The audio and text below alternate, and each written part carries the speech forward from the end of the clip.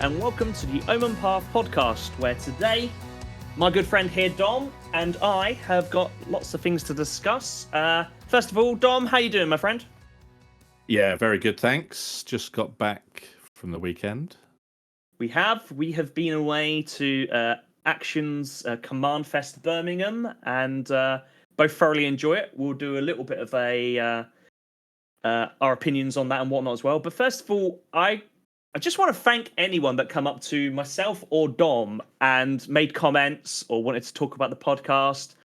Some really nice things were said, and I just want to thank everyone because honestly, I didn't even get into the venue on the first day, and someone come up to me and sort of said, literally was just like, "We've literally just listened to you coming down here," and it made my weekend. It was absolutely fantastic. So honestly, if you come up and interact with either of us, thank you so much. It really is fantastic.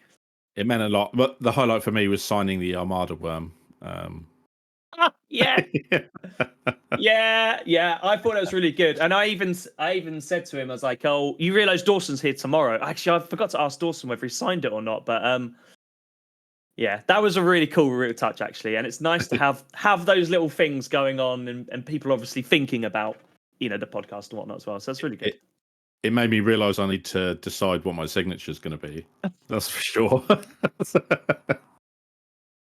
Yeah. Welcome to that realm, Dom. Yeah. Actually, I had someone later on in the weekend say, "Oh, can you sign a card for me?" I said, "Yeah, by all means." And I was kind of looking. I was like, "Well, I have been signing cards, but what I've actually been doing is like altering cards a little bit. So like, making the borders look fancy and that sort of stuff. Damaging them. Yeah, basically. Yeah, exactly. That's exactly what I'm doing. And then, but yeah, I need to figure that one out a little bit better. But okay, look, let's pile on into the weekend then. CommandFest Birmingham, 2 days. Let's talk about some of the negatives first, because this wasn't the smoothest of these event being run that it has been, and I know lots of the reasons why, and I don't certainly want to speak, or I don't speak for Axion, but I think a lot of it can be explained. But the first thing I would kind of want to mention is that we had a message very early on. I don't know if anyone else out there did, but we personally had a message saying that the car parking wasn't going to be available, which was really it's a bit disappointing. And I want to definitely point the finger more towards the venue than Axion here, because I know they got a very, very short notice behind this. I know there's an argument for, or was it checked or anything like that? Look, these guys have been through this before. I'm pretty sure they would have checked all of this, and they were as shocked as we were, which is an important thing to note as well. But it did suck a little bit. I know, thankfully, I dropped you, or I gave you guys a phone call because I know you were on your way to give you the heads up. But the one thing I would say is, obviously, I know it's not ideal. There was verbal direction to basically a local car park, which I know filled pretty quickly. That was a little bit. What I would say is there's loads of just streets around there with no lines on, just down the road. Yeah. I managed to find a place to park for free anyway. But not knowing that was a bit of a bind. It just meant we ended up at the back of the queue. Yeah, it did. And then that's going to be my next part, is to talk about the queue. Obviously, I think, again, I don't speak for Axion, but I think there was a repercussion towards, they were obviously trying to put out fires in the background, not literal fires, of course. Is that why it's so hot? But yeah, so I know they had some issues there, and effectively there was an offer of early entrance to Planeswalker tickets. Myself, obviously, I got invited in early as well, but the queues were still pretty long. So it wasn't perfect, and I think they would definitely would have acknowledged that. I think the venue didn't help them, but I would say it was only on the first day as well. The second Sunday was plain sailing. You just went right in. Yeah, 100%. Yeah, I think it's safe to say that they definitely amended that, as well as the heat on the first day. And now they're a bit unlucky here as well, because so they had a cricket game at the same time. which basically meant there was security issues, so we couldn't access the areas where the patrons or people watching the cricket and vice versa. The downside to that is that part of the top floor area where it's hosted, the doors couldn't be opened to go through the building, which normally cools it down a bit. And the aircon just wasn't really up to scratch, really. So it just wasn't on. No, so we were only got on late in the afternoon. I know it was told that the security guards said that it was on, but it's one of those things you're like, Yes. I don't think that's on. But I mean, you can tell when there's either cool air blowing at the back of your head or there isn't, and there wasn't until very, very late in the afternoon. Yeah, I know some representatives from Axion were definitely working their hardest to get that amended. So it sounds like it did. It cooled down towards the end, so it sounds like that something happened. But it's a real shame because actually it kind of really, apart from those, I know there was a mix around in where certain events was going to be hosted as well. It was changed at the last minute. Other than that, I wanted to kind of get the kind of negatives out of the way because honestly, I think the event was fantastic. I know there was a lot of grumbling that maybe that the gathering events, the Mega Mod and the Pauper shouldn't have been held at the same time as the CommandFest, but actually, I personally like it like that. I don't think that was a problem because it was a different part of the venue, right? So it wasn't impacting the CommandFest version. I totally agree. I totally agree with that. I think it's one of those things where, look, when things start to derail in these scenarios, it's very easy that it's not just like one bit of rail you go off. Maybe it's a bit of two and all that sort of stuff. But look, did it stop the feel and the flow of the event? I don't think so. Not personally for me. I don't know. What were your initial thoughts, Dom? Obviously. Yeah. So this time I've been there as a creator before where we didn't really get many games in. This time I just went up with my friend Pete and we just met up a couple of others and we just jammed games the whole weekend. Yep. So we were just in the Commander Play area playing games all weekend, met some new people, played some games with them as well. It was good fun. And I got a lot of projects. Another thing was I gathered all my ticks at the end, but there's no giant card this time because the price of them went way, way up out of the stratosphere. So I could be wrong, but I think if you had a Planeswalker ticket, I think you can roll your ticks over to the next event. That's correct. So I thought I heard that. I slipped them to someone with a Planeswalker ticket and they've rolled over. So maybe next time we'll get a giant. Just on the giant cards, I know it wasn't giant, but did you see the smaller ones that were like thicker and plasticky? They were cool. And actually, I could have got one of those if I'd wanted with the amount of ticks I ended up with a gold ticket. Yeah. And they're really cool actually. So there was options available, but by the time we had played enough games to get all our ticks, the prize wall had been decimated. So we thought, we'll just carry them over because we'll probably go to the next one. You know, these events are just really good. So 100%. Yeah, I definitely agree with that. Although we sort of started off by discussing some of the more negatives, what I would say is I think day 2 went very smoothly. Obviously, you could argue maybe the parking was still potential, but I feel like everybody knew at that moment in time. So having known it, we just went somewhere and parked. So. Yeah, exactly. I honestly, I know I have an association with Axion, but I feel for them actually because I know how hard they work to host these things. I'm sure probably the same as you, Dom. It doesn't matter whether you're organising a meal for friends or a local event. When something goes wrong, it's so difficult on the fly to have an answer, and you can't. No plan survives contact with the enemy, as they say. Exactly. So, but I just honestly, I think other than those sort of few things, I think this sort of went very, very well. So, I was there in terms of, I was there as a content creator. But I decided to do things a bit differently this time. I spent my first day recording. That was going to be my content day. I'm just in the middle of sort of editing that all up to do a showcase video.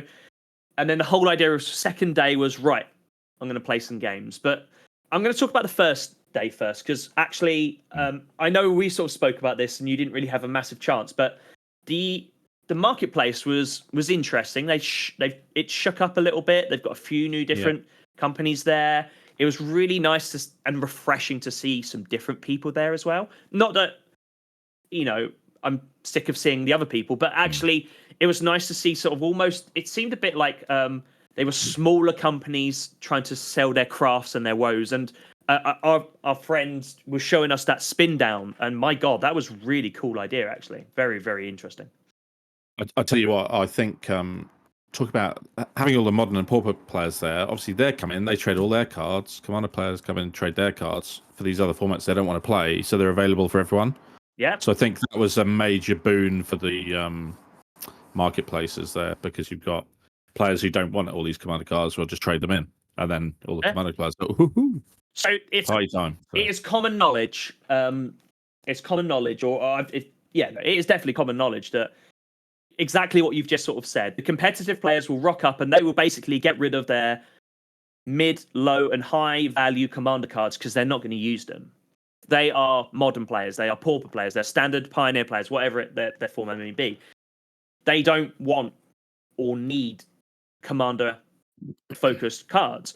So they're going to be trading their Deadly Relics and all that sort of stuff and the deflecting swots and that sort of stuff. So it's interesting because I noticed on the second day, obviously all that stock had then be pushed through, because towards the end of the first day it was starting to look a little bit patchy in terms of what was available.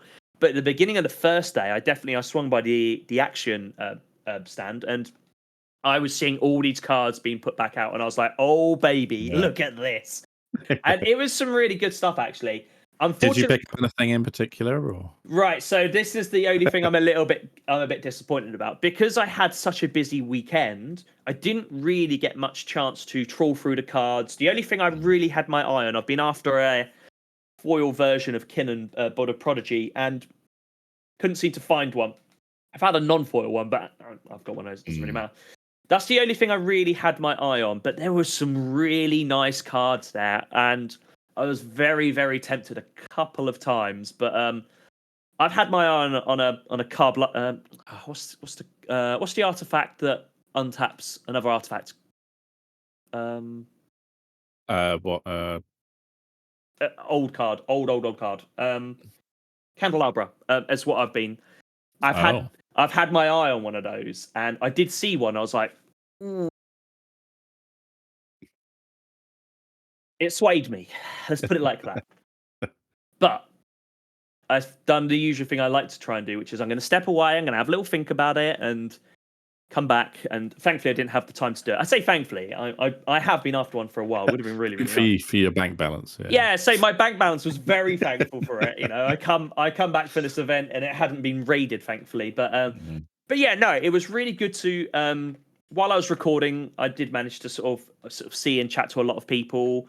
I know there's some grumbles about the things we discussed, but generally, things seemed really good. People were really excited to sit down and play. There was plenty of events going on. They had Mystery Booster 2 event going on, which was really cool. I still need to do something with my box at some point. We'll get around to that at some point. But yeah, it was good. And actually, the layout was set over 2 floors, and I kind of liked that, actually, because it felt like there were two different, very different areas. And I don't know. You didn't have to be. You weren't trying to play Commander, and then they were doing an announcement for Modern because it was downstairs, or through the other room. So exactly. It didn't impact. I don't think the events impacted on each other. I didn't really. I didn't feel like it did, actually. Me personally, I have heard of a few people griping about that, but that wasn't my experience. My experience was actually I had no issues with it at all. It did seem a bit bizarre. We used a service elevator instead of the main elevator. Bear in mind, you walk past it. But again, I know from my connection with them that they were perplexed with it as well. So it's basically the position of where people were coming in. So it's a real shame, because Edgbaston is one of my favourite venues for UK hosted events. Actually, I actually really like that. You can be playing Magic, you can look out the window, and there's some cricket going on. I don't follow cricket, but I'll happily watch pretty much any sport. So last time we were there was just practice going on. So obviously we could have the doors open and go out and have a look and things. But it was just this time there was an official match going on. So it was a bit of a shame, but I still one of those things. it still didn't affect or annoy me in any particular way. Yeah, getting in a bit late was a bit frustrating. Is what it is. It was a bit warm upstairs, but like I said, they sort of the second day that was a lot better. So they obviously. I think it was they still didn't have the people. aircon on first thing. There was just a lot less people, so it Yeah, didn't heat up quite as quickly. Yeah. I think as a venue they should have just had it on from the start. It's a boiling hot day. You know it's only going to get hotter because there's 1,800 people in a room, you know, in the same building. So that's on the venue. Honestly, there's not, you know, it's beyond Axion's control. Yeah, I totally agree with that. Every time we asked a judge, is the aircon going to be put on? They said, yeah, we've asked several times, and they're dragging their heels. You know, I don't know what the venue was doing. No, I don't actually. It seemed a little bit odd. You know, I wonder if they were just reaching a bit. You know, they hosting. You know, obviously hosting a cricket match as well as the Axion event. I wonder whether that was a bit. It might have just been stretched. Yeah, might have just been a bit too stretched. Yeah, exactly. But either way, I mean, I as a general, I didn't honestly feel like it affected my weekend too much. I had a thoroughly enjoyable time. It's nice to catch up with all my friends. I did manage to play some games. So as I said, day one for me was just recording. I had my meet and greet. It was nice to catch up with people. I also I haven't done a post on Instagram about this yet, but I have actually was showing off my fancy new token, which was given to me. Oh yeah, for the event, which I was very thankful for. So for anyone, by the time this goes up, they'll probably be on Instagram, so it'll be fine. So go check it out. It'll probably be on Twitter as well. But Axion very kindly offered to do me a nice token. So we done a little project on it. I decided to do a treasure token. And I was asking everybody I was giving out to a weekend, it's like, you know, can you see the reference what it's to? And there were some people who were pretty close. And there was even one person, I even hummed the tune I'll hum in a minute, and they went, is this something to do with Zelda? And I went, yeah, it is, which is what the reference was. So for anyone that wants to go see it or wants to get a reference, in the old, I don't know what it's like now, but in the older versions of Zelda, whenever Link come across a treasure chest, he'd always like hang in it, and it doesn't matter what he pulled out, he'd always like hang it into the air, and there would be the like da da da da tune that would always go. So that's what I based it around. But instead of me getting like a new sword or a bow, I pulled the Power 9 from this chest. So I was like, oh, happy days. Yeah. So I was pretty happy. But yeah, it was a really nice project, and you know, massive thank you to Axion for offering it to me. To be honest, I was, you know, really humbled by it and really enjoyed working with them on it. There will hopefully at some point soon be some foil versions coming through, so I'm looking forward to that. But also, more importantly, if you flip on the back, cheeky plug here, there is a code, ReallyPrettyMTG5, that gets you 5% discount at Axion. Ooh. I'm going to might have to put sponsored or ad on this now, but hashtag sponsored. Yeah, exactly. Ad. Not quite. But yeah, no, it was a really nice project to do. Chill, yeah. I mean, yeah. Maybe. However you feel about that, but it could potentially. But yeah, just to round it up. So second day was a lot more relaxed day for me. I actually managed to catch a game with you guys first thing, which was good. Yeah, how did that go? Yeah, I got slapped. Absolutely slapped. So the new team upgrade deck that I was taking along with me, and it's safe to say you played more of my dragons than I played of my dragons. Yeah. I was using Atali, so obviously I get to cast other people's spells off from the top of their library. And I casted quite a few dragons, yeah. You did, yeah. Good. Yeah. Good. The thing that I would say about that is I don't think this is a reflection of the deck, because I ramped relatively nicely, apart from I foolishly held back a land. Oh no! And I should have put it down early, because actually what I wanted to do is I didn't tell you on this today. I held back that land because I could have played my commander earlier on. But what I wanted to do was to play that card, play my commander, and then play the Mox Jasper that I did. And that's another reason why I got confused about it, because in my head I was like, okay, perfect. And then I was going to use that. I'd had like something to use that 1 mana on a Dragonfall. But it didn't turn out like that. And so this is the problem with 7 mana commanders, right? It's you have to ramp, and then unfortunately one of your ramp pieces only works if you have a dragon in play. So you were just 1 mana short for a little while. Yeah, bring back Jeweled Lotus, yeah? Yep, exactly. I can hear people in the background screaming, no, it stays unbanned. Yeah, but what I would also say is that I then played another game later on with another creator, Strix, and his version was just vomiting in dragons out. So when it goes, it really goes, and you need to be able to deal with it. It is a bit of a kill on site commander. The problem is Ureni, isn't it? Ureni? Yeah, I don't know what the rest of the name is. I can't remember off the top of my head neither. It's a 7 mana one that when it enters or attacks, you look at the top 6. I think it's top 6 your cards. You can put dragon into the battlefield. I'm pretty sure it is. So the cast one is pretty good in itself. So the way that I ended up building the deck was with a flicker package in it as well. So instead of I stripped all the counter magic and all that sort of stuff, I put some protection in there because it's gonna be shot at. But I also wanted to flicker it as well, so you can get extra triggers. I haven't had the opportunity to do that yet with the games I've played with it, but I was just waiting for someone to be like, "Oh, I'm going to deadly right that in response. Yeah, I'm going to essence flux it." Oh, yeah. By the way, it's even worse. There's a trick. There's a trigger when it enters. Here we go. But yeah, no, it was good to get to sort of play some more games, all that sort of stuff. I actually managed to spend some time with the CDH UK guys as well and play some CDH as well, which I really wanted to do. I love playing CDH, and those guys are really good fun to play with. They're so inviting. I know there was plenty of new players there, or people that were outside of the community that just rocked up. I'm interested in CDH decks. CDH decks were handed out, and I know there was a lot of fun. I know it was good to see. It's very, very good to see. Feels like CDH is thriving quite nicely. Yeah, no, it was really, really good to see. I saw an uptick in their Discord the day after as well. So yesterday I was checking it out. So it's always really, really good to see. And yeah, managed to play some games with some friends. Managed to have some lunch with some other creative friends, and generally catch up with people. That's what these events are about. You know, as much as we talk about the games and the schedules for plays, it's about getting together with your friends, you know, close and far, and sitting down and enjoying the game we love and talking about it. So I feel like the weekend ticked all those boxes. I'm not too sure if I can make the next one, unfortunately. But oh dear. When is it, do you know? It's the very last week in September. What I've been told. It should be fine for me, I think. Venue hasn't been confirmed, hence why they've not announced it yet, but it's generally spreading the word around it.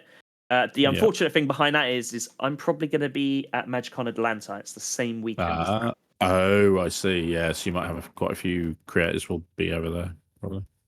Yeah, but that's not a necessarily bad thing. And I don't want to. I can't give too much away because I haven't been told too much. But what I have been told is that particular event, they are really looking to ramp it up and expand quite aggressively.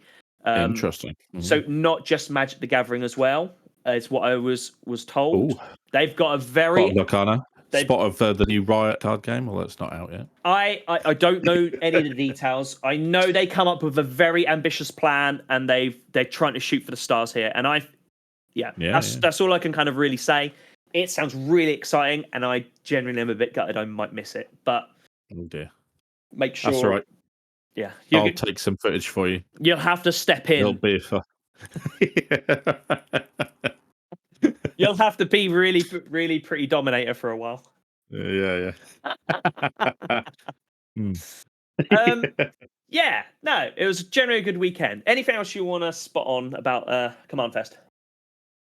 No, I would say just if you've never been to one, get yourself to these events. They're just a lot of fun. You get to meet new people. Everyone there loves to play Magic, so it's just a good way. You know that everyone there is there to have fun and play Magic. So, just one last thing as well, quickly. So they also had like they normally do. They have plenty of Magic artists there, and I would say if you want to get cards signed, it's a really good place to go because generally the queues are a lot smaller than at the MagicCon. So I know. I can't remember if it's the last MagicCon or the one before. Magali was over, and her queue was always about 6 to 10 people. but it was so much better than any of the Magicon. So if you wanted to get cards signed, they're always a great place. You know, if you see your favorite artist that's going to be attending, I know they're going to be looking to expand that in the next event as well. So fingers crossed. But if you see your favorite artist there, that is the place to go, because you get great interactions with them. The artists are a little less busier as well. It means they've got time for you. Yeah, generally as a rule of thumb, I think they're a great place to go find your best artist to get stuff signed and whatnot, and get play mats and prints. There was some amazing prints there, by the way. My God, they're really cool. Oh, right. So I just echo what you sort of said. Right. Next topic. We are going to be talking about the upcoming Final Fantasy set. Now, two things I want to mention here. First and foremost, Dom is excited as a child in a candy store for this. So he's going to be doing a lot of heavy lifting here, because unfortunately, I'm not as excited. And it's nothing on Final Fantasy, and it's nothing on Magic. I did play one of the games when I was younger, and I did thoroughly enjoy it. It never really caught me like it does other people. I know this set is going to be absolutely humongous. So what we're basically going to do is I've rocked up, and Dom's going to show me some cards. We're going to discuss them, and we're going to be reacting to them, and hopefully we'll take you guys along the way. This isn't going to be a full set release. We certainly don't have time for that, but Dom has done his best to cherry pick some fun cards. I've picked out some ones. The only game that I've really played thoroughly is Final Fantasy 13, because it was the first one that came to the Xbox. So I never had a PlayStation. So all of the older games I've still never played, but you can pick them all up like really cheaply now. They're all little sprite-based JRPGs. So. I remember the one I played. I think I want to say it might have been 7. 7. So that's with Cloud, Tifa, Sephiroth. No, I mean, I struggle to remember things that happened to me 2-3 days ago. You know this, Tom. So sort of 25, 30 odd years ago, I probably have definitely forgotten that stuff. There's at least 2 or 3 cards that that I'm going to talk about that come from that game. So perfect. Maybe you'll recognise some. Excellent. Okay, educate me then, Dom. Where are we starting? Okay, so I picked this one out especially for you because it has some magic words on it. Talk to me. It's Absolute Virtue. Mm-hmm. It's 6 generic, a white and a blue, so 8 mana total for an 8/8. Loving it already. Yep. Legendary creature, Avatar Warrior. This spell can't be countered. They're the magic words. This is why I picked this out for you. So. I love this. Yeah, I love this. Do you know what I also like about this? Just reading this. Just sorry to interrupt. Yeah. Your opponent. You have protection from each of your opponents. I like that a lot. Yeah. So this spell can't be countered. Flying. 8/8, and you have protection from each of your opponents. Now, notably, this creature does not have protection, so dies to removal. Still dies to removal. As the band team would say these days. Yep.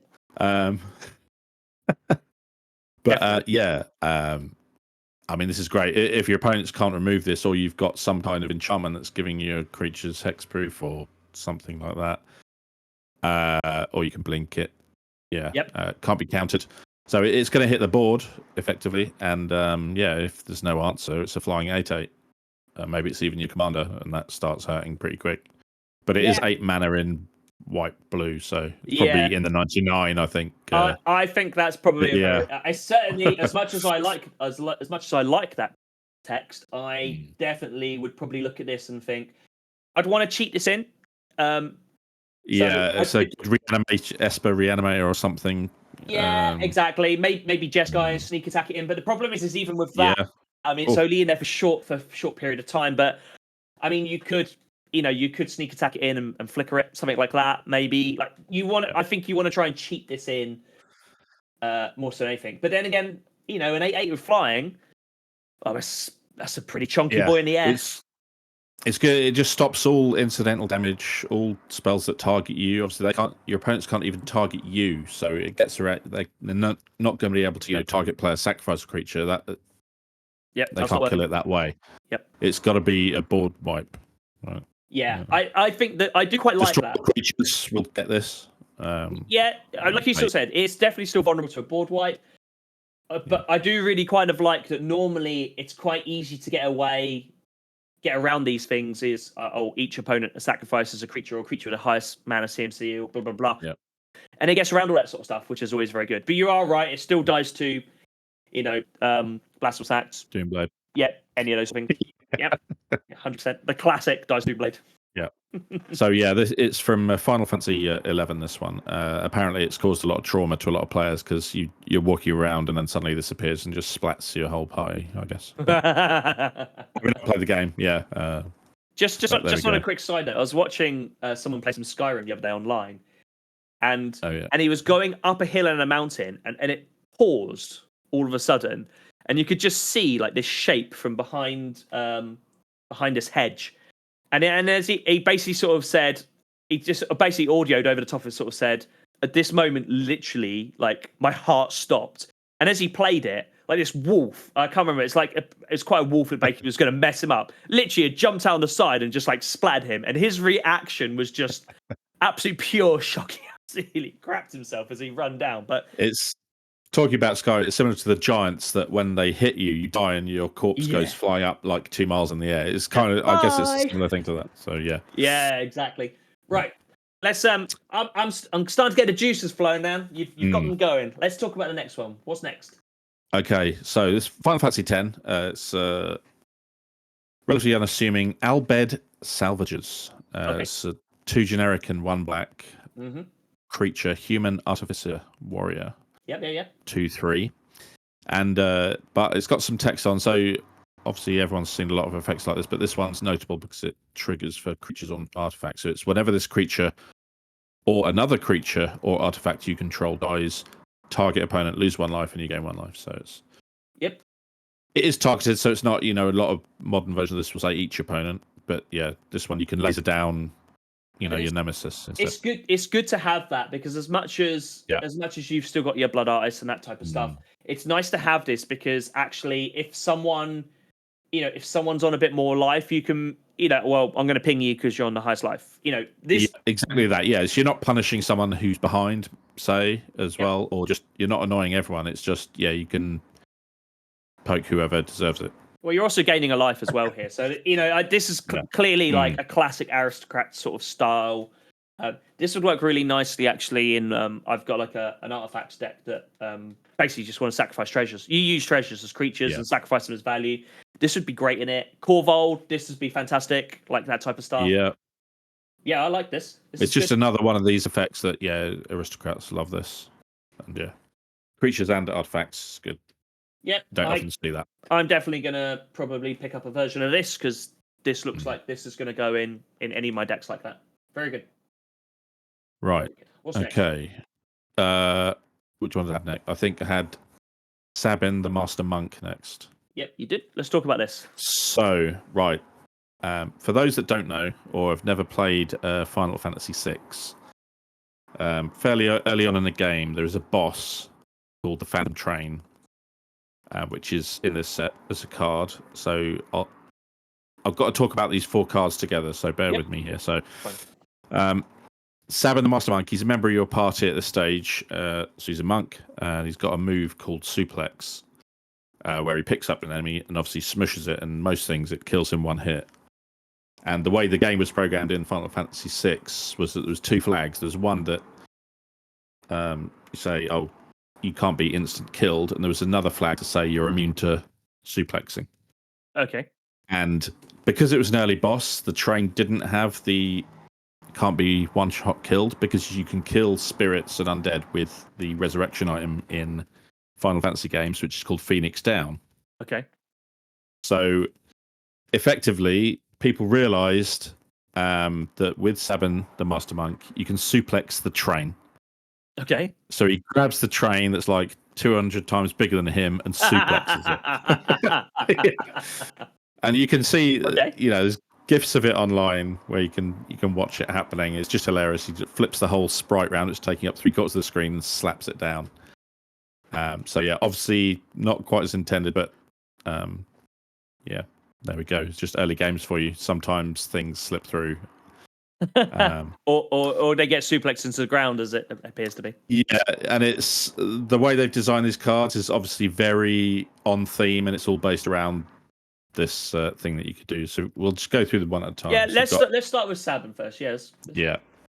So Sabin the Master Monk, he's 4 generic and 1 red, so 5 mana. He is a legendary creature, human noble monk. 4/3 and double strike. It's quite high power for a double striking creature, honestly. Yeah.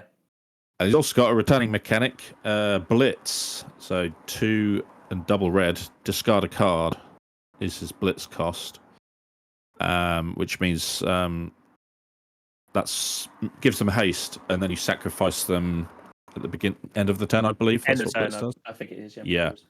But he also has another line of text which says you may cast this card from your graveyard using its Blitz ability. So you can actually blitz him out from the graveyard. Now there was a card that you could do that with within the set, and that saw a lot of standard play. So you just keep bringing it back and back, as long as you've got cards to discard and the mana to pay. Just let me. Haste. I just want to interrupt quickly. Sorry. Blitz is if you cast a spell for its Blitz cost, it gains haste, and when this creature dies, draw a card, sacrifice it at the beginning of the next end step. So so you even draw a card. It's so a bit more value. So you're actually getting the card back that you can then discard to cast. Exactly. That's real good. So a hasty double striking 4/4 is pretty nasty if you don't have any blockers, isn't it? Yeah, that's definitely going to be slapping. That's for sure, isn't it? Double strike is always good. You're dead right. Having that, so normally you'd have say like a 2/4 with double strike, which effectively makes it a 4/4. But to have a 4/3 with double strike, I mean, I appreciate it's quite mana expensive. 5 mana for this is.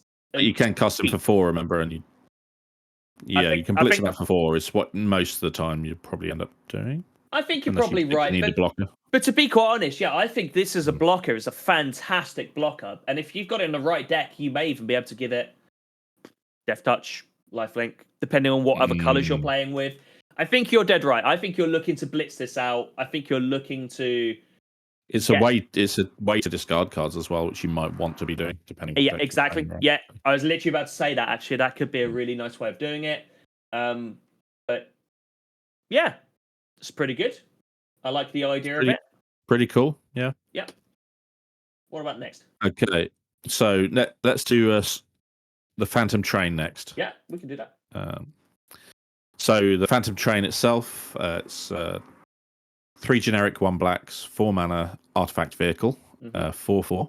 Yep. With trample, and it doesn't have a crew cost. So most vehicles have a crew cost, so you can tap your creature to crew them, and then they become creatures. This one has sacrifice another artifact or creature. You put a +1/+1 counter on this vehicle, and it becomes a spirit artifact creature in addition to its other types until end of turn. So that's very cool. I like. So this is a sack outlet. Yep. If you want a sack outlet, why not make a massive trampling creature while you're sacking all your things you want to be sacrificing anyway? So 2 things on this. First of all, we've already spoke about the Albion salvages. That would work really nicely. It works quite hand in hand with this.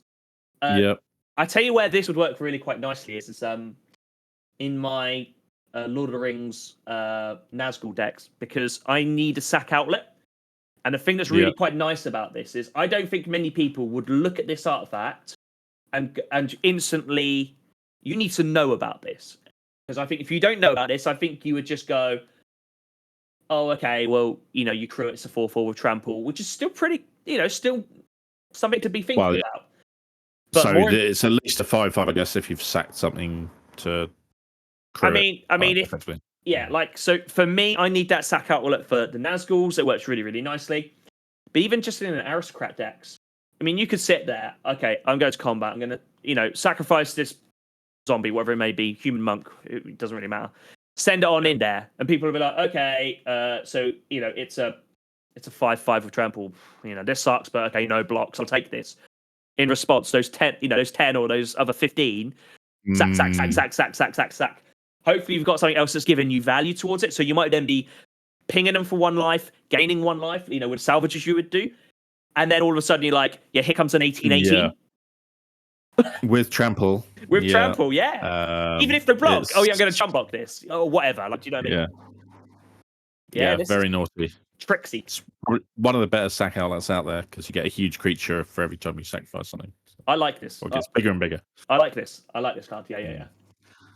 Very cool. As a boss creature should be, I suppose. So Exactly. notably, it becomes a spirit artifact creature, which so there are a bit more vulnerabilities there as well. Obviously, artifact removal. Obviously, it's an artifact anyway, so it's easy to do it. When it turns into a creature, obviously it's vulnerable to creature removal. So it's not perfect, but actually that kind of works. That makes it balanced, I think. Really. Yeah. We've spoke plenty times about there's a lack of removal in people's decks, but there's definitely a lack of artifact and enchantment removal. So you just have to choose your point. Okay, I'm going to sacrifice this. We're going to go to combat. Perfect in response. The classic whatever it is, Daddy Roll, Doomblade, whatever you're going to do. But okay. Is Doomblade's non-black creature? So yeah, all right, okay. I know. Keep your Doomblade's as soon as I said it, I was like, oh, that's not how that one works. Okay. Talk about the next bit. So let's talk about Phoenix Down. So this is throughout all the Final Fantasy games, this is the item that you can use if one of your team or party members faints during combat. You can use this to resurrect them effectively or bring them back to life. Sure. They faint and you wake them up effectively. Of course. Slap around the face. Whack. Get up. We've got some fighting to do. So it's a Phoenix Feather effectively. Oh, wave also. Yeah, so it's a 1 white mana. So it's a 1-drop artifact. But then it has some abilities or modal abilities. You can pay 1 generic and 1 white and tap it and exile it. Mm-hmm. And then you get to choose one of the following. So you can either return a target creature card with mana value 4 or less from your graveyard to the battlefield tapped. Cool. Pretty good anyway for 3 mana in white especially. Yep. Notably, white cards normally say mana value 3 or less. Yes, they do. 4 or less, so it's a little upgrade. Opens the door a bit more. Yeah, exactly. Yeah. Or the other option is you can exile target skeleton, spirit, or zombie. Hold on a minute, Dom. Isn't the Phantom Train? Doesn't that turn into a spirit? Yeah, it does. So the train's coming at you. So it's because undead creatures in Final Fantasy, you can often kill them with healing item or kill them with Phoenix Down in one hit. Gotcha. So this is part of the problem that caused the suplex issue. Excellent. Okay, so the card itself, I like this card.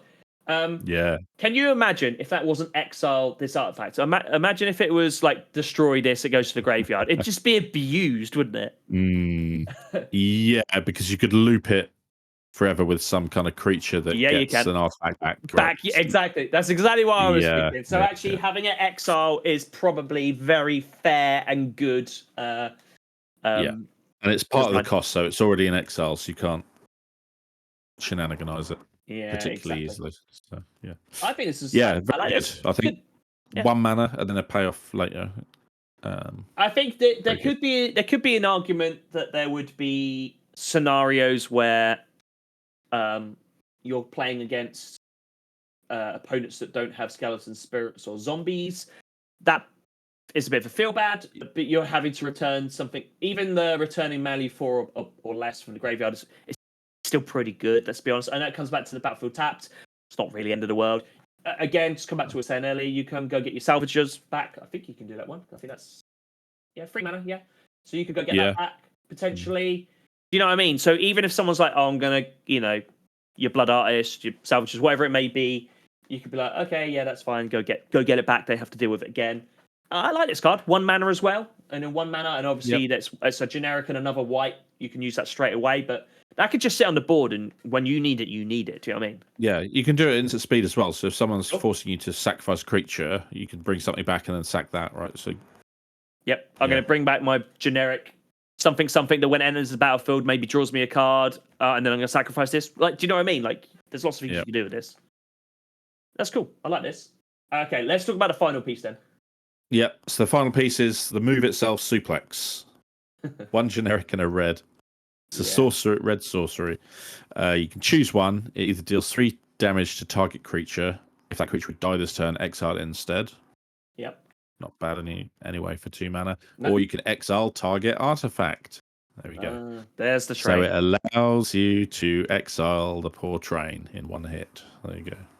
So, like, I'll talk about from my perspective. I'll talk about the card first. I think for a 2-mana sorcery, I would have liked this at instant, but I think it would be very, very good. So I can understand why it's that would be a braid, right? This is a braid. It's a sorcery, but you're changing, destroying to exile effectively, and if you kill the creature, that's also exiled. So it's an exile effect at exile speed. is exile, particularly in red, is rare. Few and far between. Yeah, exactly. So it's really, really nice. So I don't really mind that. I really quite like this, and as much as sometimes I can be someone that rolls my head and be like, oh god, why they lean me into this meme? You know, it's a bit like the SpongeBob counter spell. It's like, oh god, you know, that is what it is.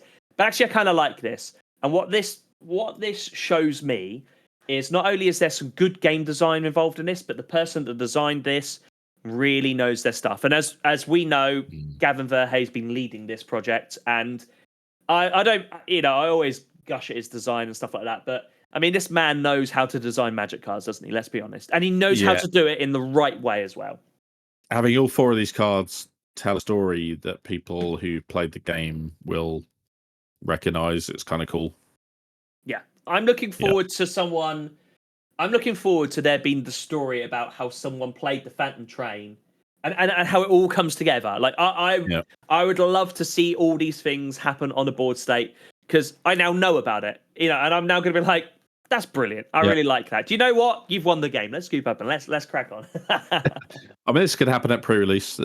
Suplex is a common, Phantom Train is an uncommon. So yeah. I like this. I like this a lot. Actually, I wonder whether Suplex will see much playing Pauper or not, actually.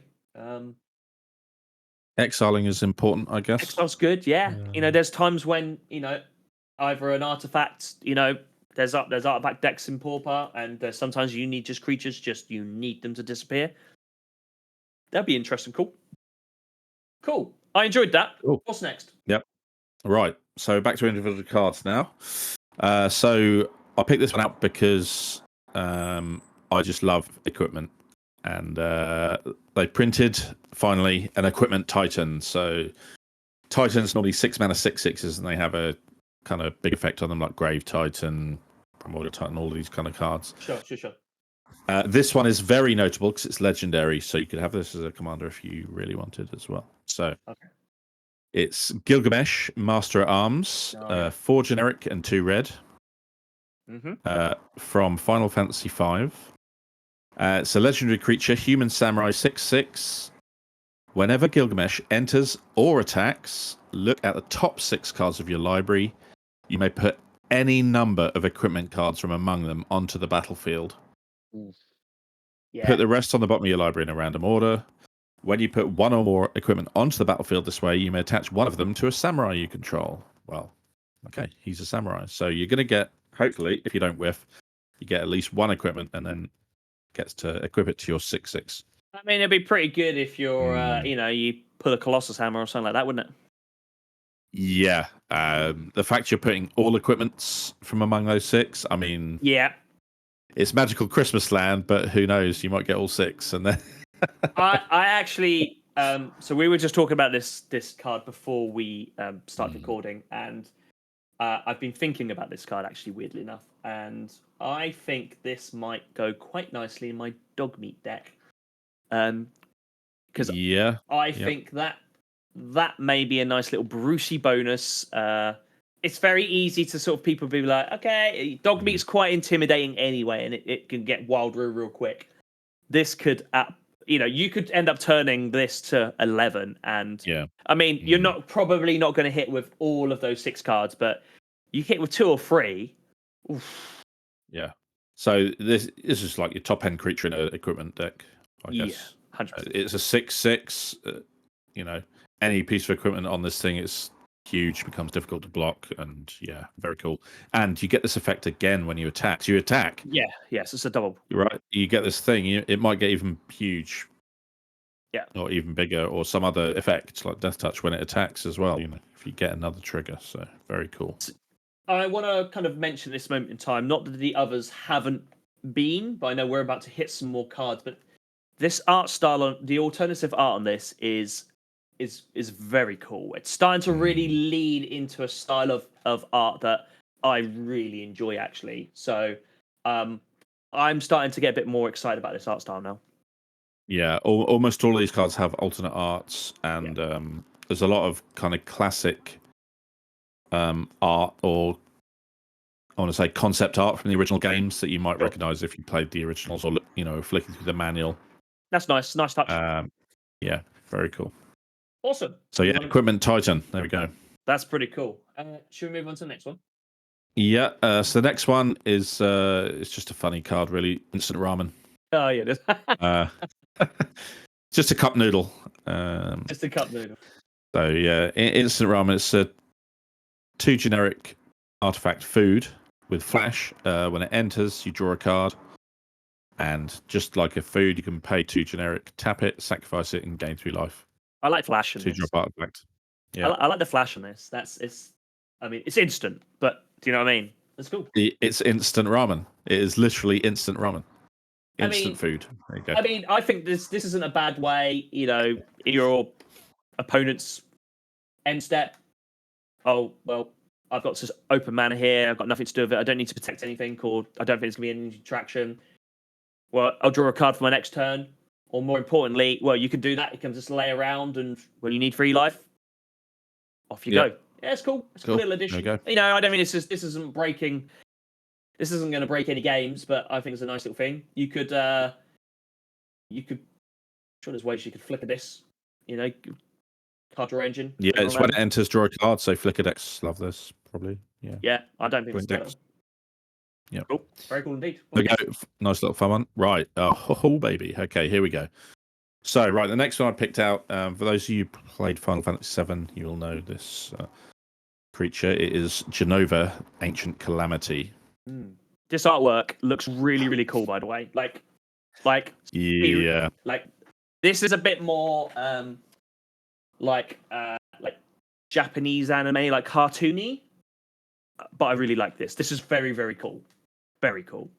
So, for those of you who haven't played the game, so Genova the Ancient, it's there's a race on the Final Fantasy VII planet. There was a race called the Ancients, and in ancient times, thing crash landed on the planet, like similar to the Thing, right from the movie The Thing. That is Genova. It killed most of the Ancients. Then it got frozen in the ice. Okay. And the story of Final Fantasy VII is they find this thing in the ice, and they think it's an ancient. Right. So they are trying to recreate these powerful elder race by making super soldiers from the cells of this basically nice. gribbly alien. And obviously it all goes wrong. And this is how the one you would probably know is Sephiroth. This is his mum, effectively. Oh, okay. Yeah. So they use cells from this gribbly to make him. So there we go. So it's a... Gone. Yeah, it's a 4-drop, 2 generic, black and a green. Legendary creature alien, 1/5. And at the beginning of combat on your turn, you can put a number of +1/+1 counters equal to this creature's power on up to 1 other target creature. That creature becomes a mutant in addition to its other types. And whenever a mutant you control dies during a turn, you draw cards equal to its power. Ooh. So you're pumping your creatures. Yeah. They get more power. They become a mutant. When a mutant dies, you draw cards equal to their power. So it's pretty cool. I like this. Yeah. It's something you haven't really... Well, I guess... Yeah, not really seen before, I don't think.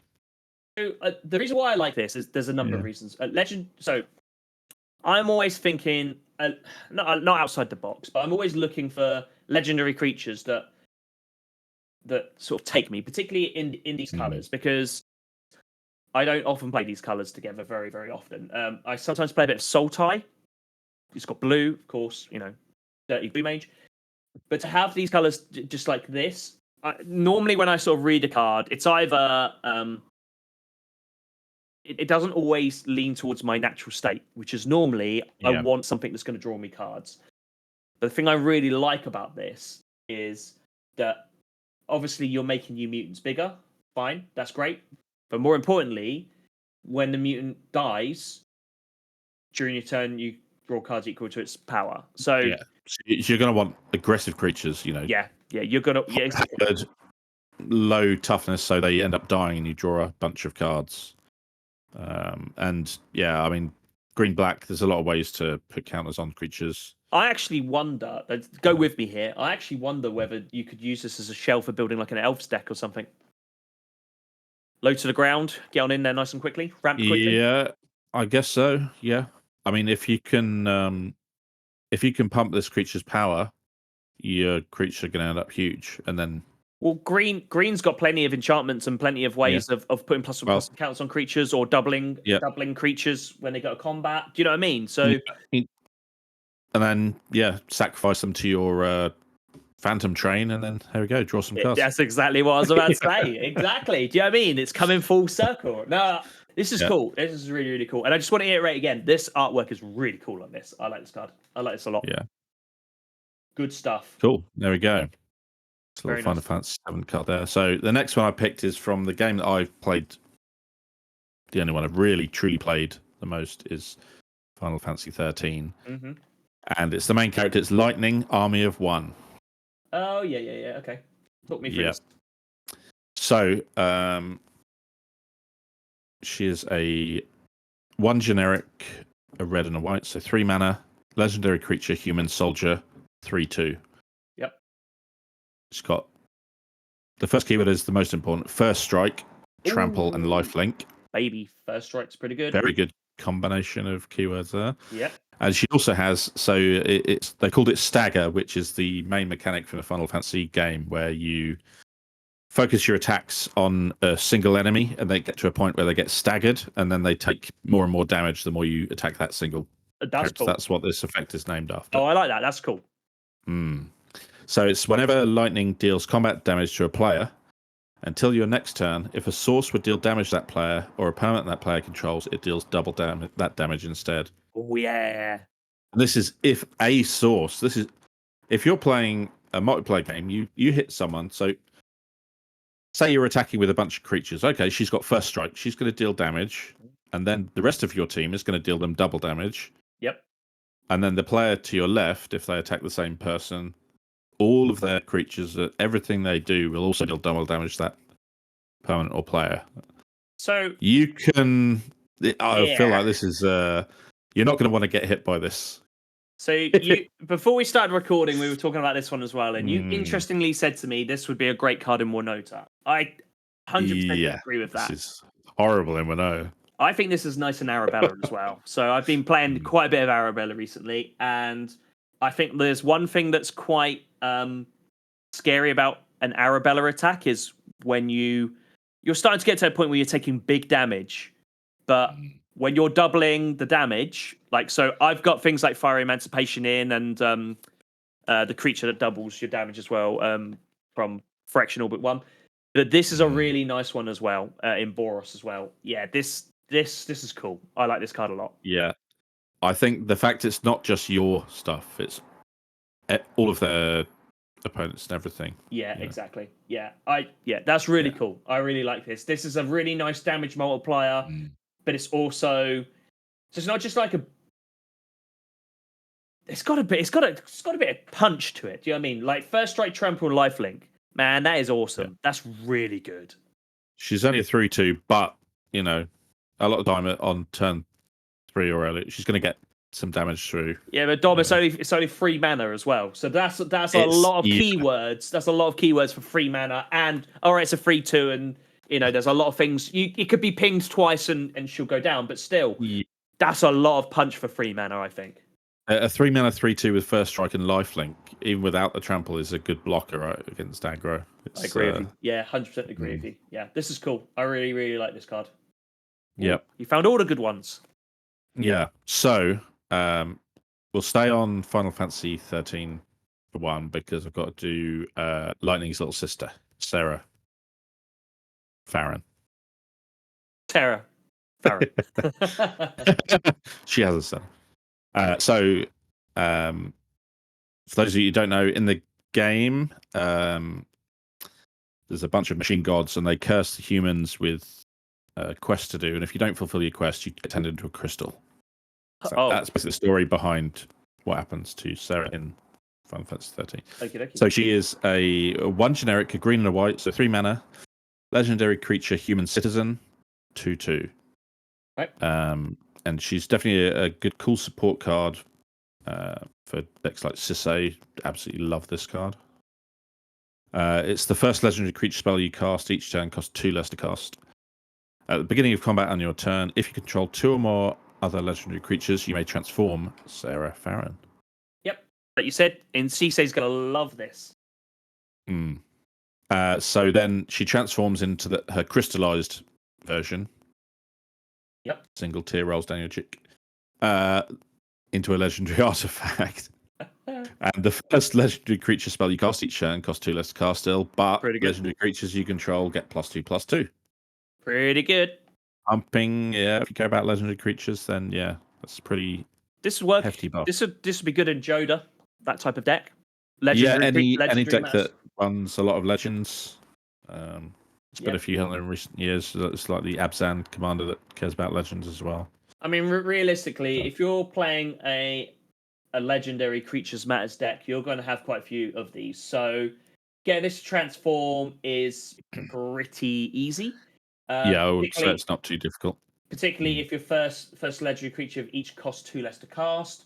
There is an argument to say you could probably almost fit this criteria within a turn if if this is mid game or up. But also just having this as the continuing legendary creature, first one of each one costs 2 less to cast. I mean, that's a great thing to have continued, but the legendary creatures get +2/+2. I mean, that's pretty good. It just enables you to transform, don't you? If you've got a 3-cost, a couple of 3 costs, suddenly they're 1-drops, and boom, she's transformed straight away. And because it's a legendary artifact, I think there's other effects that you'll get like a +1, +X for +X for legendary stuff. So this leans into that. You're probably then also having this is pretty cool. I like this. I think this is really this looks nice. At first, you look at think 3 mana for a 2/2, and you're like, oh, okay. And then you read the first line, you're like, all right, okay. So it's a bit of a ramp piece, but actually, when you continue to read it, you're like, no, actually, this is a lot better than just that. This is quite multifaceted. I like this a lot. Most cost reducers are 3 mana and they reduce by 1, aren't they? Exactly. Majority of the time. This reduced by 2. 2, yeah. Okay, it's only legendary creatures, but that's really good. So. Yeah, but the thing is, legendary creatures, they're normally, the really, really good ones are quite low in cost, but even the mid ones, if you've got a 5 mana legendary creature and you're now only paying 3, that's pretty good. Yeah, absolutely. Yeah, if you've got a high cost commander as well, you can have this in the 9 probably. Yeah, even if she never transforms, it's just like those little goblins that reduce the cost of your dragons. It's similar to that. I think anything that plays green and white, if you wanted something that's going to make your commander a bit cheaper and with a bit more punch. So I don't think this is in the 99 for every deck that can do. But if you're looking at, say, cards that say like this would probably go maybe potentially in my Dogmeat deck, potentially, because it helps with legendary creatures where there are a few to help buff Dogmeat up. But also legendary creatures get +2/+2. That +2/+2 can be really nice little punch, particularly when you're trampling over. The amount of times where with Dogmeat, I've nearly one-shot a person, but just need an extra 1 or 2. If you've got double strike, suddenly that's 4 extra damage. Right? Exactly. Yeah, there's a lot of double strike in my Dogmeat deck. So actually, is it an auto include? No, but is it a really nice addition to 99? I think there is an argument that this would definitely, at the very least, would make the initial cuts, maybe even go through to final stages. Yeah, I like this. I like this a lot. I'm liking a lot of these cards. You've changed some good ones. Not a problem. Right, next one. Final Fantasy VII. Yep. Tifa Lockhart. Tifa Lockhart. Tell me about Tifa Lockhart. So, it's one of the main characters, Final Fantasy VII. She is 1 generic, 1 green. So 2 mana, legendary creature, human monk, 1/2. Yep. Trample. Oof. Bit strange on a 1/2, you might think, until you read her ability, which is landfall. Whenever a land you control enters, double Tifa Lockhart's power until end of turn. Oh, baby. Now, there are turn 3 kills in standard with this card. Yeah. Because all you really need is, a buff that gives her +4/+. There's a 2 mana card that gives +4/+4, and then a fetch land, and you can kill your opponent. This is problematic. Let's put it like that. Yeah. I can't remember what it's called, but yeah, there's a 2-mana card that gives +4/+4 until end of turn, so it makes her a 5/5. So then you play your Fabled Passage, okay, doubles to 10, crack it, she doubles to 20. You're dead. Bit rude in 20 life formats. You can see how this could very easily get out of hand in a landfall, monogreen landfall deck in Commander as well. I could see this like in like a Gruul aggressive deck like this. Yep. Because green's really good with landfall triggers and landfall decks sort of type stuff. I could see this really throwing a cat among the pigeons and those type of decks. It's low to the ground as well, which I really like, because normally green is really, really big stompy creatures. Yeah. And if you was to splash the red for Gruul, that's normally your low to the end. This is cool. Also, I don't know if you've seen, but the Magic Fest 2025 version of this is a really cool artwork as well. Yeah, there's quite a few different ones for this. She's a very popular character. There's a Naya version of her in the Final Fantasy VII Precon Limit Break, but this is her mono green from the main set, and yeah, very powerful card. I recognize this character. I think it was 7 that I played when I was younger. Yeah. Yeah, this is a really, really good card. I think we're going to be seeing a bit of this, don't you? Yeah, definitely. Yeah, nice and simple, but very powerful. Doubling your power until the end of turn is wild. Yeah, like I said, there's plenty of decks. I was playing my Omnath landfall deck my last game on over CommandFest, and there's plenty of ways of I'm gonna play my fetch land. There's two landfall triggers. Oh, I had a ghostly quarter out last turn as well. There's another. I also had my Fabled Passage because I knew this was coming. There's 2 more triggers. Like, you can build this quickly. It's not difficult with some of these like huge spells that fetch 10 lands out of your library, or like Escape Shift. You can get into the million. You can get up into the millions of damage with this card. Well, you can even early days, even if you only have one or 2 landfall triggers. I mean, you could pump this Colossification, or there's plenty of pump spells like that. I mean, if you wanted to start doubling things up and start utilizing the card you're using as well, you could use a fight spell that's going to give it +1/+1 or whatever until end of turn. Yeah, there's plenty of giant those. Growth, devastating. Yeah, you've got Berserk as well. I think that's gonna. Yeah, that's another doubler. Yeah. So do you know what I mean? All of a sudden, I think this could build very quickly. Do you know what this actually would be really nice in my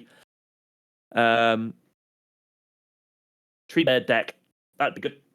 It'd be a nice little addition. Yeah. Because there's plenty because of ways of counters on her. Yeah. Well, yeah, because of the +1/+1 counters. There are plenty of ways of transferring those +1/+1 counters over, and it's very easy to then. Oh, well, I'm gonna double that all up. Wow, this is sweet. I like this. 2 mana as well. Yeah. Crazy. It's a good card. Give me another one. I'm hungry for more. Okay. Yeah. Okay. So we're gonna go.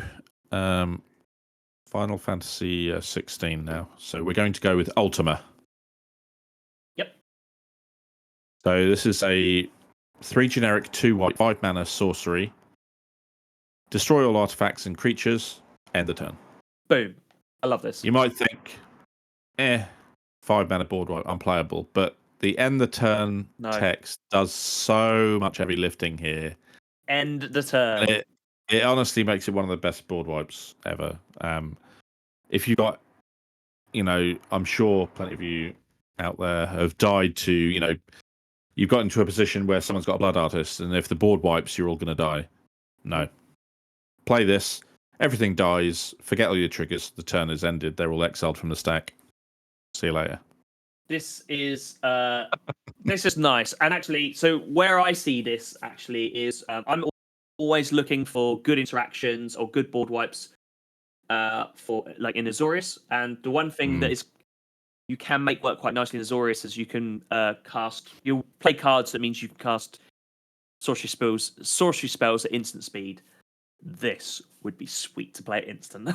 Yeah. I really like this. Yeah, exactly. Oh, I'm basically gonna kick off and I'm gonna try and do my thing and I'm gonna try and win in my turn. Great. And look, I appreciate giving sorcery instant speed is difficult jump for in itself, but it is doable. and that end of turn is pretty good. You know, that's so. Yeah, there's numerous ways to abuse this as well. So you've got like Chance for Glory is a Boris card, 3-mana instant. Yep. So for those who don't know, it's creatures you control gain indestructible. Take an extra turn after this one. At the beginning of that turn's end step, you lose the game. Yep.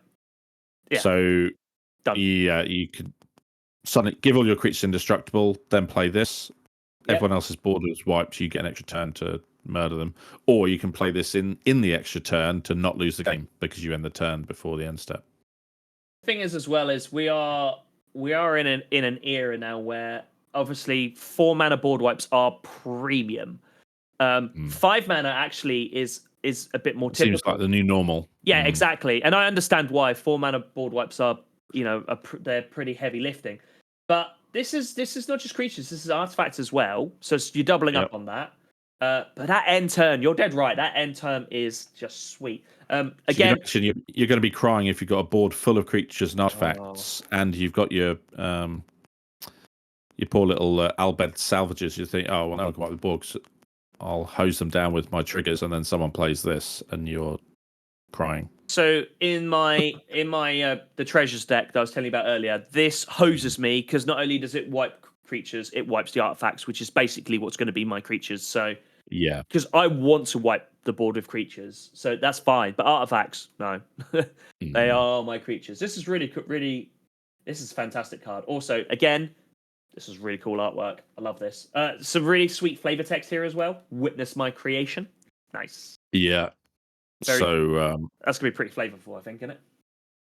Yeah. So that will lead nicely into Ultima. This is a legendary creature card. So it's Ultima, the Origin of Oblivion, who's obviously from the same game as caused that board wipe to happen effectively. Sure.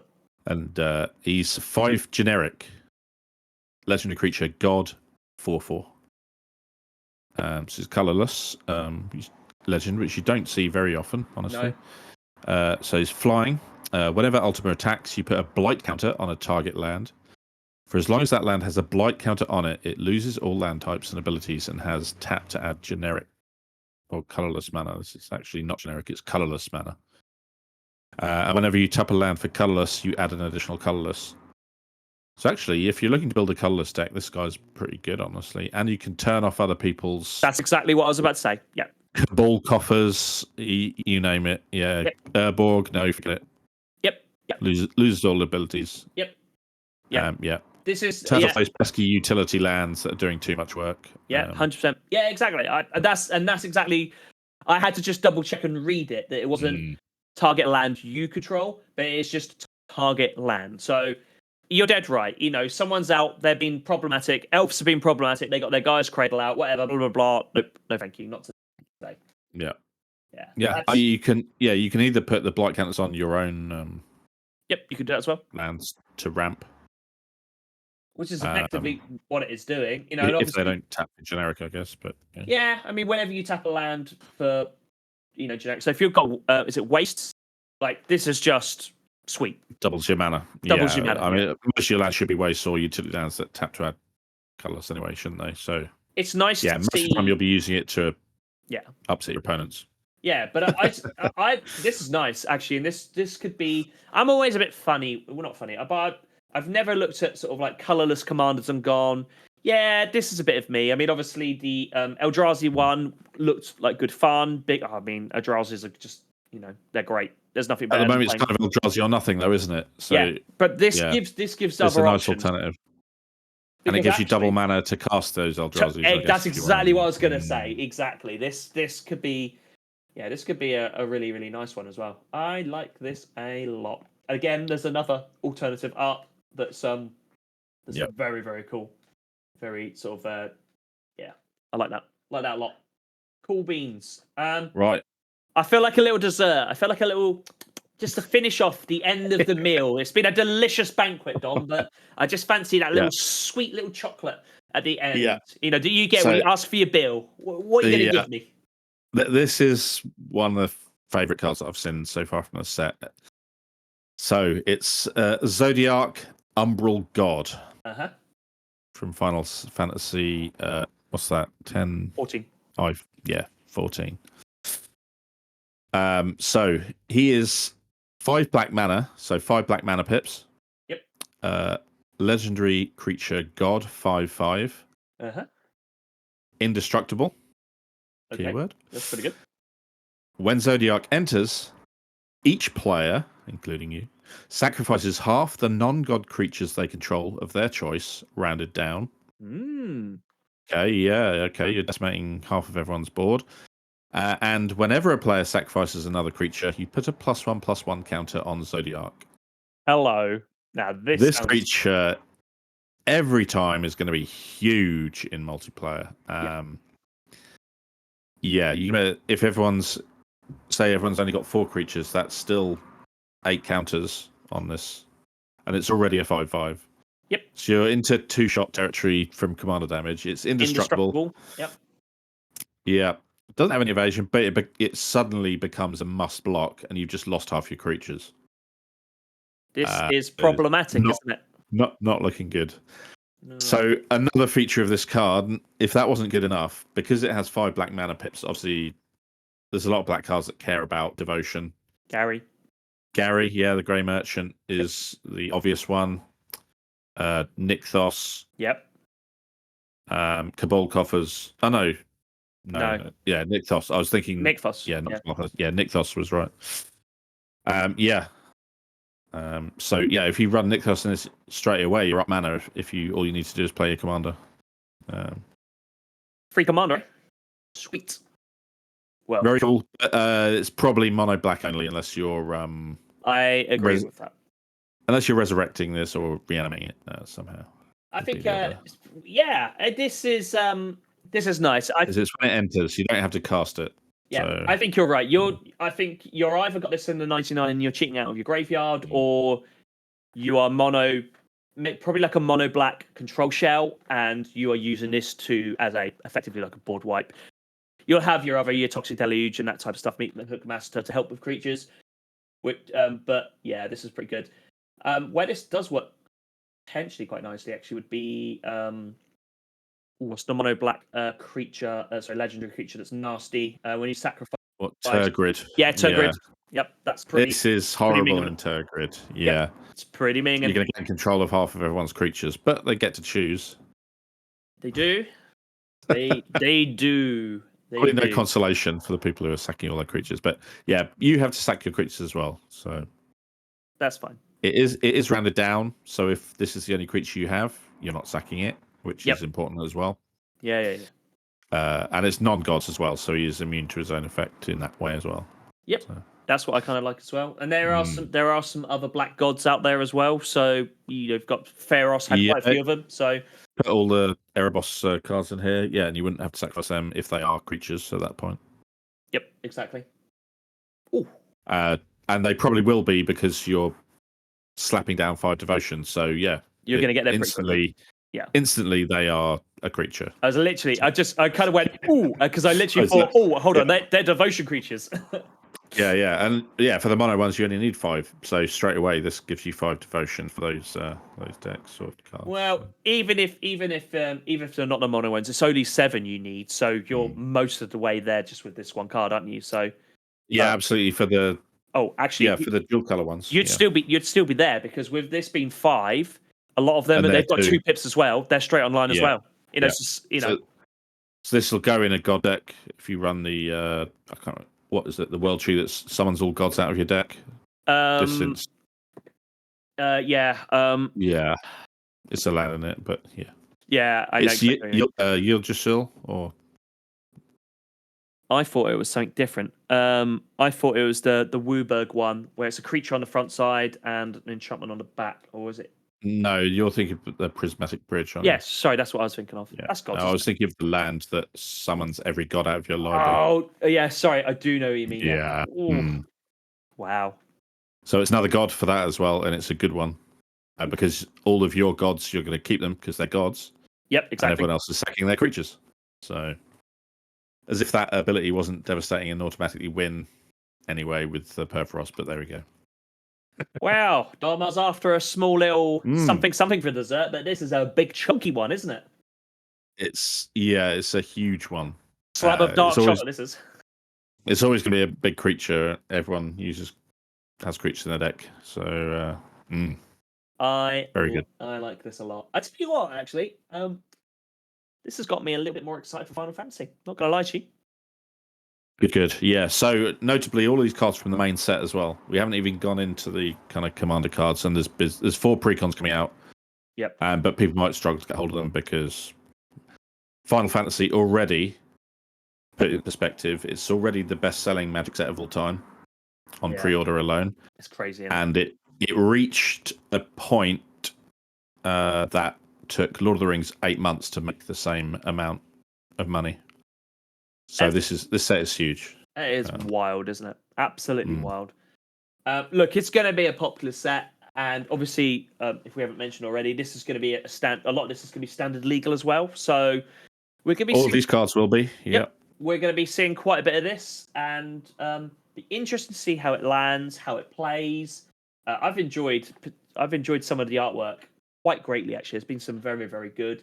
It's got a little bit of the Kamigawa feel to it, just not quite the more the trad side of Kamigawa, not the I can't remember the style they call it, cyberpunk style sort of thing. Yeah, but some of the colors are very much like it. Like this card's a great example about it. I'm seeing the alternative art version of it as well, with sort of like it looks like these pink sort of things slamming down. Looks great. There's a lot of cool alternate arts. There's also in the set there's a huge bonus sheet of reskin cards as well. They're, I think, almost all of the moments from the game. So some of them look a little bit CGI, but people who played that game would probably recognise the scene. Sure. And there's a lot of very good cards that they put on this bonus sheet. But it'll be interesting to see how difficult they are to obtain, because there's so many of them. They might be quite rare. Yeah, that's always the issue with these. It's like the special guest, isn't it? Yeah. Normally there's only maybe a dozen special guests, whereas here there's probably, I don't even know how many there is, honestly. There's a lot. Yeah. But yeah. I'm very much looking forward to it. So I might have to have a bit more of a peruse through. Previews are ongoing, so yeah. Yeah, we are. Well, at the time of recording, what are we? Just under 2 weeks away from pre-release. Yeah, so there's a few cards left to go, but yeah, I think the majority we've seen now. They released all of the deck lists for the Commander decks, so they're out there. If you can get hold of them. Yeah, I think, like I said, we already know it's one of the most popular Magic the Gathering products. It is the most. Well, the most, I should say. In pre-release as well, which is very impressive, really, when you think about it, isn't it? Yeah. Cool. You're attending a pre-release for this, I presume? Yeah, 7th of June on the Saturday at Langdon. I'll be there. Days. I don't know what I'm doing on the weekend. I know I can't do anything next weekend. I might actually be available. I might pop down if there's... I would book it now if I were you. Yeah, I think that's going to be... Might be sold out already.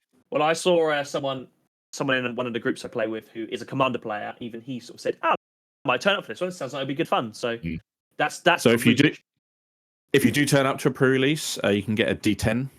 There's a special D10 that you can get as well. And if you do 2 pre-releases, you get a little silk bag to put it in, I guess.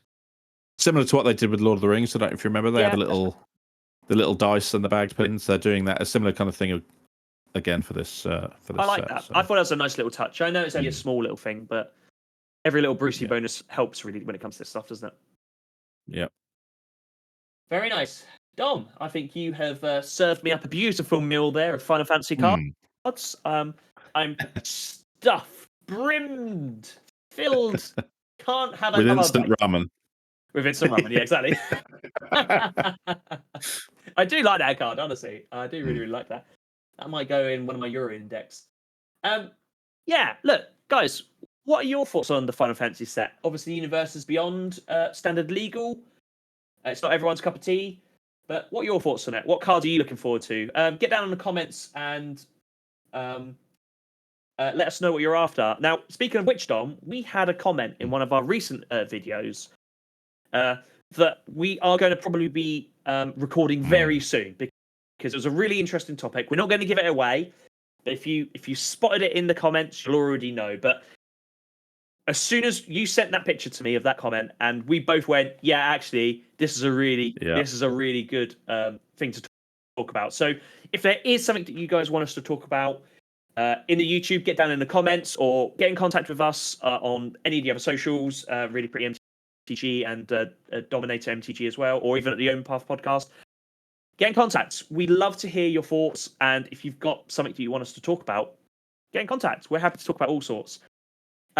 Forewarning as well, we've got a really busy period coming up at the minute. I've been lining up guests left, right, and centre. I still need to date them in, but there's plenty to talk about and plenty of people to talk about. We've got some really good ones, actually. And a little spoiler, hopefully, we've got one towards the end of the year that's going to be... I'm so excited about it. If we can pull this off, it'd be amazing. So just a little spoiler to keep on listening for the rest of the time. But just, again, if you come up to me and Dom over CommandFest and had a chat with us about the podcast, thank you again, honestly. It was fantastic. It's lovely to hear your feedback. People are obviously very passionate and enjoy listening to the podcast. So, and that's, well, we do it because we enjoy it, but it's just a bit of icing on the top. So once again, thank you. Dom, anything else you want to talk about or say before we sign off? No, all I'll say is, give it a chance. Get down to LGS. Try a pre-release. You might like it. 100%. Yeah, I definitely mirror that as well. If you can and when you can, always support your local game store. They are the backbone of our communities, and we all need to remember that. Okay, guys, like I sort of said earlier, down in the comments, we're looking forward to hearing what you think about this latest set and what you want us to talk about next. Dom, until next time, I will see you then. Indeed. Farewell. See you later, everyone.